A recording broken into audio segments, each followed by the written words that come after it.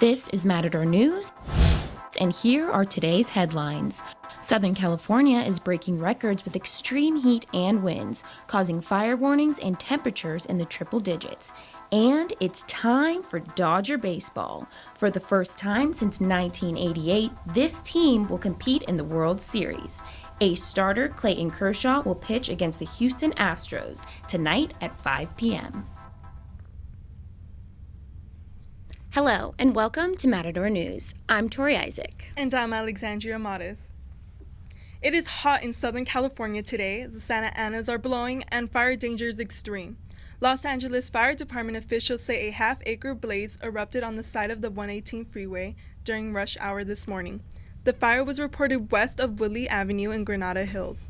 Traffic on the westbound lanes was brought to a standstill as firefighters put out the blaze. The LAFD declared a citywide red flag alert. The fire department says all vehicles parked illegally in the very high fire hazard zones will be towed by the city. The parking restriction is expected to remain in effect for at least 24 hours. Fire department officials say they'll keep looking at weather conditions. Matador News reporter Jesyka Dunn has more on the extreme heat and what causes it. Thanks, Alexandrea. Southern California is experiencing record-breaking heat. The National Weather Service says the heat is contributing to dangerous fire conditions. Temperatures will range from 90 to 102 degrees. CSUN physics and mathematics professor Loraine Lundquist says human activity is partially to blame for the heat. Two different things are going on. First of all, there's just a short-term anomaly of a heat wave, which ordinarily we wouldn't think anything of. But the really big story is how this is part of a trend, a longer-term trend, in which temperatures have been getting hotter and hotter in something we call global warming or climate change. And the really interesting thing is that humans are causing this to happen. So it's because of our burning of fossil fuels that our climate is starting to get warmer. The Weather Service issued an excessive heat warning. They say people should limit their outdoor activity. We asked some CSUN students how they are dealing with the heat. They're trying to go in the shade or go inside buildings that have, AC. Like loose shirts, cool pants, like workout pants and workout shorts, and stay cool, everyone. That's right. Take extra effort in staying cool. Experts suggest drinking plenty of water and staying in the shade or indoors. Back to Tory in the studio. Besides the heat, California is also known for earthquakes. An estimated 4.1 quake struck off the Southern California coast late last night. According to the U.S. Geological Survey, the temblor hit about 29 miles southwest of Avalon. Shaking was reported in Los Angeles, Long Beach, the South Bay, and Orange County. If you feel an earthquake, remember to drop, cover, and hold on. Independent congressional investigators say the reluctance by the Trump administration to confront climate change threatens to create a massive burden on taxpayers. The Government Accountability Office released a report today showing the economic cost of climate change spiraling upwards in the coming decades. Scientists say the extreme weather events are caused by climate change. The report says recovery efforts after the natural disasters added more than $350 billion in costs to taxpayers. The report says budget funds have been diverted to cover disaster relief, flood insurance, firefighting costs, and infrastructure repairs. The Trump administration was invited to present its own views in the report but did not do so. In San Diego, 8 prototypes for the proposed border wall between the United States and Mexico now stand tall. The prototypes are mainly composed of concrete and steel. The current wall is about 10 feet tall. The prototypes are pushing 30 feet. They are located in the Border Patrol Enforcement Zone in Otay Mesa. San Diego's Border Patrol chief says the secondary wall has been breached almost 2,000 times in the last 3 years. Critics of the new wall say it is a huge waste of money and focus needs to shift to the immigration system itself, not the wall. Trump's 2018 budget asked Congress to approve $1.8 billion to begin building parts of the wall. Congress has yet to do so. President Trump is having lunch with GOP senators after bickering with several of them, as congressional Republicans turn to overhauling the tax code. This will be Trump's first appearance as president at the Senate Republicans' regular Tuesday policy lunch at the Capitol. We are one of the highest taxed nations in the world, anywhere in the world, one of the highest taxed, costing us millions of jobs and trillions of dollars. Our tax cuts will restore America's competitive edge. The gathering has potential for awkward moments following spats between Trump and GOP senators such as John McCain of Arizona and Bob Corker of Tennessee. But Republicans and the Trump administration say they are determined to get tax legislation into law this year. The U.S. abortion rate has hit its lowest point since the landmark Roe v. Wade Supreme Court ruling, which made the procedure legal nationwide. The rate decreased 25% from 2008 to 2014. Researchers say it is because people are protecting themselves from pregnancy better than they used to. Opponents of abortion say these numbers cannot be accurate because it is impossible to know the true number of abortions. Women's health experts say the decrease is because of a product they sell called birth control. A Planned Parenthood spokeswoman says this report underscores that women need more access to birth control and preventative care, not less. Still a lot of unanswered questions about the Niger attack earlier this month that left 4 American soldiers dead. Joint Chief of Staff Chairman General Joseph Dunford says U.S. Africa Command is conducting an investigation into the tragedy. Dunford says the Department of Defense has not been forthcoming. More information, more importantly, we owe the families of the fallen more information. The family of one of the late soldiers says they do not blame President Trump, but they are patiently waiting for answers. Dunford says the U.S. forces accompany Niger units on a mission to gather information. They came under fire when they were returning to their operating base. Californians may be saving money on rent in the next couple of years. A ballot initiative has been filed in order to expand rent control in California. Studies show rent is currently an average of $1,350 a month for a one-bedroom, and without rent control, it could continue to increase. Supporters are expecting the initiative to be placed in the November 2018 ballot. Now let's go to Lucas Wiggins for sports. Thanks, Alexandria, excuse me. The Dodgers will host the Houston Astros for Game 1 of the World Series this evening. Clayton Kershaw will open the game as the starting pitcher and will be opposed by Houston's Dallas Keuchel. Corey Seager is making his return to the shortstop position after being left out of the NLCS roster with a back injury. The Astros are entering tonight's matchup with momentum from a Game 7 win against the Yankees, while the Dodgers have been resting since Thursday after beating the Cubs in 5 games. The Fall Classic will feel more like the summer in LA with record-breaking heat expected for the game. The game starts at 5 on Fox. Two-time NBA MVP Stephen Curry was hit with a $50,000 fine for throwing his mouthpiece in the direction of a referee this weekend. The fine comes after Golden State suffered a heated loss to the Memphis Grizzlies. Curry says he is thankful for not being suspended from playing in Monday night's matchup against the Dallas Mavericks, but is surprised by the amounts of the fine. In an interview with ESPN, the basketball superstar referred to the incident as an expensive mouthpiece toss.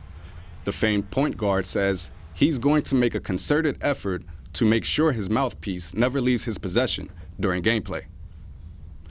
Now let's go to Lupe Castro with the latest in entertainment. Thank you, Lucas. Reports have been leaking out for a month about Justin Timberlake performing at this year's Super Bowl halftime show, and on Sunday, the NFL confirmed the news. The 36-year-old Grammy winner will return to the biggest stage for the first time since his infamous wardrobe malfunction moment with Janet Jackson in 2004. Timberlake will be featured in February at Super Bowl 52, held at the U.S. Bank Stadium in Minneapolis. The league has yet to announce if any other artists will join him on stage. After 38 women accused filmmaker James Toback of sexual harassment, 200 more have now reached out to share their stories. The LA Times published a report on Sunday in which the women described Toback approaching them on Manhattan streets and offering them movie roles and then making sexual advances.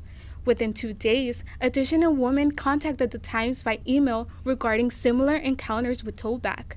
Toback denies any of the allegations, saying he had never met the women, and if he did, it was for 5 minutes and he has no recollection. CSUN students are taking actions this week regarding Executive Order 1100. Let's go to the newsroom with Matador News reporter Sun Lee with more on the story. Thanks, Lupe. Throughout this week, students are encouraged to take part in a series of actions. Protesters are asked to avoid buying anything on campus today. The hope is to bring a message to Chancellor Timothy White, who introduced Executive Order 1100 this summer. The message is that students refuse to financially support CSUN if it implements the order. The CSU board is trying to get rid of Section F that is part of CSUN's graduation requirements through EO 1100. Section F requires students to take elective classes on race, ethnicity, and gender. Part-time faculty Jose Amaro in the Chicano and Chicana Studies Department says Section F classes are important. That's what this week is about. Right? It's about taking ownership and being students being able to exercise their right over the education that they're paying for in this public institution. It's going to reduce the quality of a critical education, that they need to understand how we work as a community here at CSUN, in San Fernando, and Los Angeles, and California, and as a nation, and how that reflects the global environment as well. Central American Studies professor Celia Simonds says students need a deeper understanding of today's issues. To have a historical memory of what happened to different groups, especially racial and ethnic minorities, is key for our understanding of, the big debate that is going on right now, which is immigration, and how odd that our country is going through divisions, and all of a sudden our university is saying, maybe these classes should not be taken, should not be offered to students, when is the opportunity for students to learn about the other. So how else are we going to learn? Protesters plan to meet at Oviatt Lawn tomorrow. On Thursday, protesters plan to wear black and start a rally against the executive order in Oviatt Lawn at 1 in the afternoon. The Faculty Senate will vote on that same day to either resist or implement EO 1100. Now, let's go to Lucas with more in health. Thanks, son. Obesity rates in the United States are at an all-time high. A nutrition examination survey says 40% of American adults and 19% of American children are obese. The study also showed the difference in the prevalence of obesity between racial and ethnic groups. Hispanic and black individuals were found to have higher rates of obesity than those of non-Hispanic, white, and Asian Americans. The National Health Association says this alarming trend has significant health and economic costs for individuals and for the United States. Both President Trump and experts agree that the opioid crisis in America is a national emergency. Attorney General Jeff Sessions says drug-related deaths are at an all-time high as a result of illegal drug rings. Drugs are killing more Americans than ever before, in large part thanks to the powerful cartels and international gangs, and deadly new synthetic opioids like fentanyl present even more dangerous and new threats. The president is promising to officially declare the country's first national emergency for a drug crisis, an unprecedented move. The popular dessert, Dragon's Breath, is as dangerous as it sounds. The dessert is a cereal ball dipped in liquid nitrogen. It reportedly tastes like Fruit Loops. State Fair visitor Tina MacArthur says her 14-year-old granddaughter suffered a chemical burn while handling the novelty desserts at the Pensacola Interstate Fair. She rushed her granddaughter to the emergency room after a burn to the teen's thumb almost left her fingerless.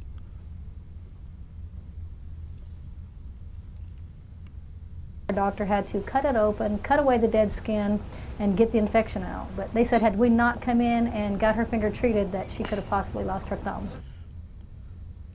Liquid nitrogen has a low temperature between negative 196 and 320 degrees. The manager of the Dragon's Breath booth says the dessert has been tested and is safe. He compares it to dealing with foods like hot soup. If you eat it wrong, You could get burned. Now let's go back to Lupe for the latest in business. Thank you, Lucas. Sears is cutting its ties with Whirlpool and will no longer sell the company's products, ending a 100-year relationship. In 1916, Whirlpool began making two types of wringer washers for Sears, and Roebuck and generations of America depended on the reliability of Whirlpool's Maytag and Jenner products. Sears says it plans to sell Whirlpool-branded products in its facilities until there's no more inventory. Whirlpool shares are down 10% since the announcement, and Sears shares have fallen nearly 30% this year. Amazon is looking for 238 bids from cities vying to host its second headquarters. The tech giant expects to invest more than $5 billion to build the facility. The development of HQ2 will create as many as 50,000 jobs, high-paying jobs, and will be fully equal to the Seattle location. Amazon estimates its investments in Seattle from 2010 through 2016 resulted in an additional $38 billion to the city's economy. The proposals span across 54 states, provinces, districts, and territories across North America. Now let's go back to Alexandrea, who has news on a cute baby hippo. A man popped the big question to his girlfriend at the Cincinnati Zoo, with an unlikely witness to the special occasion. Fiona the hippo photobombed the couple's engagement picture. They've been going to the zoo to see Fiona since she was a little baby. The picture went viral, and Fiona the hippo seems to have many fans. Who wouldn't love to have a photo op with Fiona? Get your sunscreen out because it's going to be hot. Downtown LA and Orange County could hit 102 degrees, making tonight's World Series game one of the hottest ever. Winds could reach up to 40 miles per hour. The heat is elevating the risk for wildfires. A red flag warning will remain in place until Wednesday evening. Temperatures are expected to cool down slightly for the weekend. That is all the news for today. I'm Tory Isaac. I'm Alexandrea Modis. I'm Lucas Wiggins. And I'm Lupe Castro. Thank you for watching Matador News. Go Dodgers!